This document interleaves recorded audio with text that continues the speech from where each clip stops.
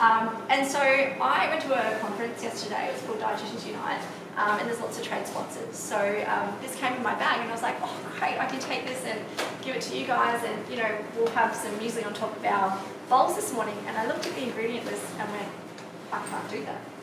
So there's a couple of reasons why. Now, when I read the ingredients list, muesli is usually something that contains a lot of ingredients. So sometimes I have this rule of 4 ingredients or less. And I mentioned this in one of the talks that I've done already.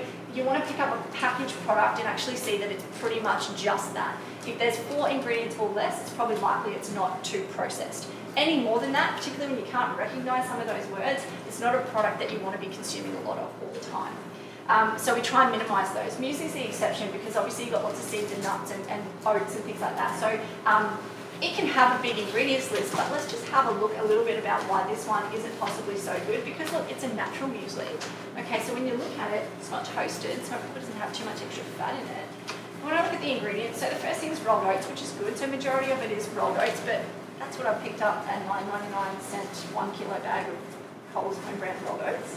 And I'm not too sure how much this is, obviously it was free for me, but I'm not too sure how much this is in the shops. And then the next thing is wheat, so in what form, I don't know. Then you've got mango pieces, so it says 10%, but in brackets you've got fruit, so concentrated apple puree. So you're adding a sweetener, a processed sugar, on top of a dried fruit, okay, so a little bit extra. Then you've got concentrated apple juice, is 39%. Concentrated apple juice, so in other words, it's pretty much sugar. Okay, don't care it comes from apples. You're getting a lot more sugar here than what you would not having any of that, just having it plain. Okay, just be mindful of that. Then you go into concentrated mango puree, which is another word for cool. Citrus fibre. So they might have done the same thing that I did and put the fibre back into the smoothie, but who knows. Natural flavour, whatever that is. Bran straws, which is not probably too bad, but in the bran straws we've got vegetable oil because those bran straws are quite crispy, aren't they? Okay, so be careful, mindful, just an extra additional thing that we possibly don't need. We've got emulsifier, okay, that's something so that doesn't go rancid over time. Triticale, which is probably another really good grain, so that's not a bad thing.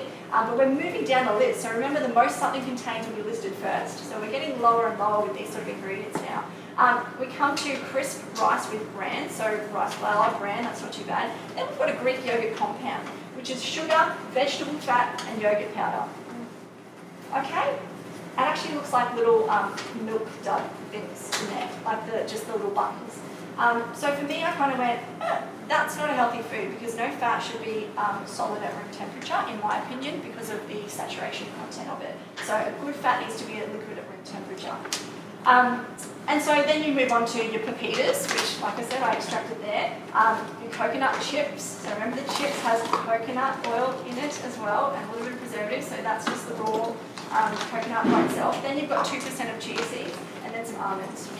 So I went, you know what, I can make my own muesli. Okay, I can save myself a whole ton and stack of ingredients that I don't need, that I'm unaware that I'm eating.